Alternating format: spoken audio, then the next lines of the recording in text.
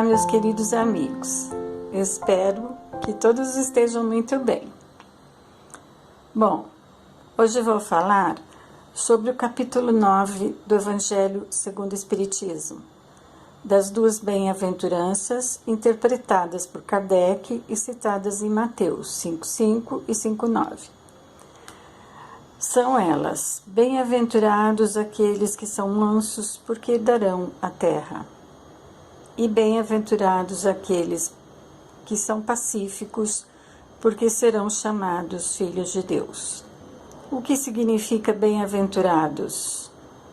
Tem uma tradução muito bonita, né? Que toca a nossa alma. É um estado de felicidade plena. É uma condição de extremo bem-estar. Mais que feliz, né? Se é que podemos dizer assim. É tudo aquilo que buscamos incessantemente para vivermos a verdadeira paz e o verdadeiro amor que Cristo nos ensinou. Quando eu estudava sobre esse tema, me veio um pensamento de imediato, que se olharmos para os acontecimentos atuais que estamos vivenciando hoje, é como se o discurso de Jesus fosse para nós aqui e agora.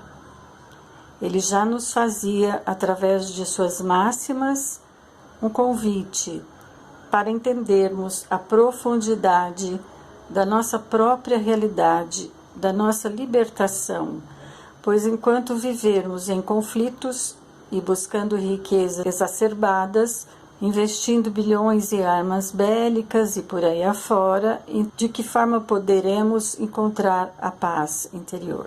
Bom, iniciando o primeiro tema de Kardec, do capítulo 9, ele fala de um tema, injúrias, é o primeiro tema desse capítulo, injúrias e violência. Um assunto extremamente oportuno e atual para este momento que estamos passando. Naqueles tempos, quando Jesus subiu ao monte, acompanhado de seus discípulos e de toda a multidão que o seguia, Jesus pregou suas máximas, uma das maiores e mais significantes pregações que Jesus fez naqueles tempos, para um povo que não alcançava sua inteligência. Jesus, então, falava através de parábolas. E o que significa parábolas de Jesus? Eram narrativas breves, né? Ele usava uma certa alegoria com as suas palavras, usando de forma mais simples e para que aquele pessoal pudesse entender a mensagem dele. Jesus, então, falou de amor, de bondade, de afabilidade, de mansidão, de resignação, obediência, paciência, mas condenou veementemente a violência, a cólera e toda a expressão de grosserias e agressividades para com o próximo. E o que Jesus queria dizer sobre ser manso? Ser manso é ser submisso à vontade de Deus. É ter sabedoria. Os mansos enfrentaram agressões, humilhações, porém não respondiam com atitudes agressivas. Aceitavam de uma forma mais tranquila e não revidavam para que não criasse conflitos, né? Trazendo o discurso de Jesus para a linguagem nos dias de hoje, entendo que podemos comparar o que ele dizia com a inteligência emocional. Hoje se fala muito da inteligência emocional. Na psicologia, né, por exemplo, se trabalha muito com um paciente a psicoeducação das emoções. Mais adiante, eu falarei sobre esses termos e essa comparação da psicologia. Qual o significado da expressão herdarão a terra? Herdar a nova terra, os novos tempos, nova realidade. Vivemos com serenidade, praticando o amor e a caridade. Acredito que todos esperamos por esse novo tempo, quando a paz reinar em nossos corações. Como se tem dito muito em palestras espíritas e principalmente nas aulas ministradas no Salve, sobre a regeneração, a renovação e a transformação do nosso planeta. Vem acontecendo já grandes mudanças e de forma bastante acelerada, né? Temos visto aí e sentido os grandes acontecimentos, catástrofes, terremotos, desentendimento entre os povos. E um exemplo até recente, né, que dá para citar aqui, é essa pandemia que está aí. E não sabemos o fim disso, pois já há movimentos de uma segunda onda, sem nem terminar a primeira onda. E isso nos assusta bastante. Creio que a nossa fé deve estar muito presente em cada um de nós. O que é ser pacífico? Então agora falamos dos bem-aventurados os pacíficos, porque serão filhos de Deus. É aquele que cultiva o bem dentro de si mesmo. Está sempre buscando a paz interna e reconhecendo que a paz é necessária em todos os sentidos da nossa vida. E o pacífico, como dizia Jesus, ele se torna um pacificador e tem a plena condição de passar para o próximo, digamos, o outro lado da moeda, né? Ou seja, por que praticar tanta violência se é perfeitamente possível ficar do lado da paz? Pois a paz está dentro de nós. E Deus nos dá o livre-arbítrio, né, para escolhermos o que queremos ser e como queremos viver. Nas minhas pesquisas, eu assisti alguns palestrantes espíritas e que gosto muito de assistir, né, porque acrescenta muito, né, o conhecimento da gente. E tem um espírita assim palestrante, o nome dele é Haroldo Dutra. Ele é um juiz de direito, né? E ele faz umas palestras assim muito interessantes. E aí, pesquisando, eu anotei aqui uma fala dele que eu achei que dá para enquadrar bastante nesse assunto que a gente está falando hoje. Então, abre aspas. Uma vez, escutei uma frase muito interessante sobre essa pregação da montanha de Jesus que diz: quando Jesus ministrava, ele não estava condenando toda a humanidade, mas sim apresentando um homem ideal, aquele que devemos buscar todos os dias. Ele diz ainda que as bem-aventuranças são pilares elementares de nossa fé, pois devemos rigorosamente observá-las e praticá-las para alcançar um estado diante de Deus, ao qual seja bom para os seus olhos.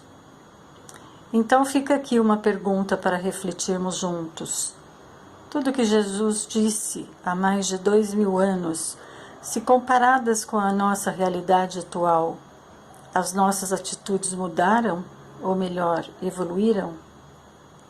Vamos refletir um pouco sobre isso. Penso que ainda vivemos numa sociedade medíocre que valoriza um estilo de vida com riquezas exacerbadas, atitudes que ainda prevalecem num egoísmo sem medidas, né? Arrogâncias, valorizando muito mais o ter do que ser, e por aí vai. Acredito que temos um caminho muito longo a percorrer para que sejamos próximos desse homem ideal. Fechando esse item, né, que vamos passar para um outro tema, eu peguei aqui um pensamento uma frase muito bonita, né, que eu vou ler para vocês. Os ideais que iluminaram meu caminho são a bondade, a beleza e a verdade. Albert Einstein. Agora falando de afabilidade e a doçura, um segundo tema do Kardec neste capítulo, né? Aqui ele fala sobre a benevolência para com o próximo, o amor ao próximo, mas alerta que as aparências que muitas vezes pensamos será mesmo do coração que as pessoas expressam o seu amor. E Kardec diz: o mundo está repleto de pessoas que têm o sorriso nos lábios e o veneno no coração, que são meigas, contanto que nada as contrarie, mas que mordem ao menor descontentamento, cuja língua dourada, quando falam face a face, transforma-se em dardo venenoso, quando falam por trás. Novamente eu faço uma pergunta: quem já não passou por isso? Pessoas que nos agradam, que falam de amor, que demonstram uma aparência de uma pessoa boa, de bom coração, porém em casa ele tem uma atitude grosseira, agressiva com a família, fazendo essas pessoas suportar o peso de seu orgulho, né? De sua tirania. Por exemplo, nas empresas acontece muito isso, né? Um chefe de equipe que tem essas atitudes de falsidade, de agressividade, faz com que seus subordinados também não suportem suas tiranias e suas grosserias. Ela simplesmente acredita que está no domínio ou no controle de toda aquela situação. Porém, não sabe que todos a criticam e a rejeitam, mas não conseguem enfrentá-lo, né? Pois a ira está arraigada dentro daquela pessoa e que pode cometer até uma agressividade maior, atacando fisicamente, enfim. Esse tipo de pessoa termina de alguma maneira ficando abandonado e sozinho, e tem consciência do porquê ficou nessa situação, mas o orgulho continua e termina adoecendo, ficando depressivo, enfim, passa o resto da vida com uma culpa sem medida. E vamos falar agora de um outro item, que é a paciência. Quando Jesus fala sobre paciência, recomenda que sejamos pacientes, pois é um ato que vai nos beneficiar em todos os sentidos de nossas vidas. Entra aqui também o perdão, dos nossos maiores desafios, perdoarmos aqueles que Deus coloca em nossos caminhos, que nos fazem sofrer, submetendo a nossa paciência à prova. Ao longo de nossas vidas, passamos por situações difíceis que nos ferem ou até mesmo nos adoecem. Porém, se estivermos munidos de coragem e paciência, na maioria das vezes, conseguimos ultrapassar essas barreiras e continuarmos a viver com mais tranquilidade. Kardec agora fala de um outro tema, que é a obediência e a resignação. E ele cita aqui com muita sabedoria essas duas, digamos, características, obediência e resignação. Então, o que ele diz? Que obediência é o consentimento da razão e resignação é o consentimento do coração. Muito bonito isso, né? Traduzindo para a psicologia, também entendo que é como medir em uma balança, por igual, a consciência do equilíbrio emocional e a consciência da razão, que denominamos como quociente da inteligência e quociente emocional. A psicologia foca muito na educação emocional, através de orientações, exercícios e ferramentas modernas para desenvolver o autoconhecimento, o autoamor e a autoestima, que é considerada vilã, né, de nossas inseguranças. São fatores que, na maioria das vezes, estão cobertos, digamos, latentes, dentro de nós mesmos. Hoje a psicologia oferece uma gama de ferramentas e técnicas para trabalhar com as emoções, cujo resultado tem sido bastante positivo. Por exemplo, hoje é muito importante para uma empresa avaliar o candidato que vai fazer parte do seu quadro de funcionários. Tanto a inteligência emocional quanto a inteligência racional, que denominamos QI e QE, se o candidato avaliado não atender esses requisitos, seguramente a empresa não o contratará. Isso é um alerta, né, para todos que buscam um emprego hoje, Muito importante olhar para o seu equilíbrio emocional, ou seja, saber se comunicar, ter uma postura firme, comportamentos mais positivos e cultivar um relacionamento saudável, sem melindres, né? Agora vamos falar, o último item que Kardec coloca nesse capítulo, né? Que é a cólera. E o que significa cólera? Uma irritação muito forte, uma ira, né? Um impulso extremamente violento, que muitas vezes faz perder totalmente o equilíbrio. Kardec fala neste tema sobre orgulho. A pessoa não se contenta com o que tem. Está sempre querendo mais e nunca admite qualquer forma de comparação que venha rebaixá-lo perante as outras pessoas, né? Kardec chama isso de demência passageira. Então ele diz, nessa demência passageira, o homem irado assemelha a um animal irracional. Isso é triste, né? Feroz, que ninguém domina.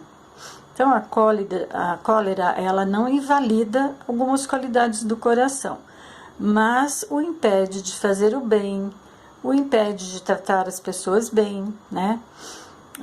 Então é algo extremamente difícil para quem pratica essa cólera e para quem recebe esse tipo de agressividade, né?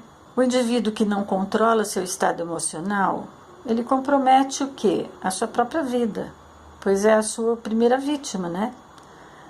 Na medida em que ele vai tendo atitudes agressivas que afetam a sua saúde, tanto psíquica como física. Perde totalmente a razão. Afasta as pessoas que vivem ao seu redor, né? Ninguém aguenta uma agressividade ou viver ao lado de uma pessoa que está sempre nervoso, colérico, né? Então é extremamente difícil. Geralmente faz sofrer as pessoas que a amam. É extremamente orgulhoso, não aceita ajuda de ninguém. Então um homem colérico se volta contra tudo. Parece ter um coração frio, não sente culpa de ter ofendido o outro, quem quer que seja, pois em vez de sentir culpa, se desculpa pelo seu temperamento. E tudo bem. É complicado, né? Jesus é claro quando faz referência àqueles que praticam a agressividade ao seu semelhante e afirma que qualquer expressão ofensiva que o homem comete provoca um sentimento contrário, além do amor e da caridade. Bem, como eu disse, eu vou falar um pouco da visão da psicologia sobre as bem-aventuranças de Jesus. Jesus, como sabemos, era dotado de uma inteligência sem medida. Sua psique, onde são desenvolvidos os sentimentos, pensamentos, percepções e os fenômenos da mente, era completamente muito além do que nós enxergamos e percebemos. Jung, ele mostra através dessa correlação entre os ensinamentos de Jesus e a psique humana que o principal ponto das bem-aventuranças, entendidas psicologicamente, é a exaltação do ego não inflado, mas sim um ego humilde.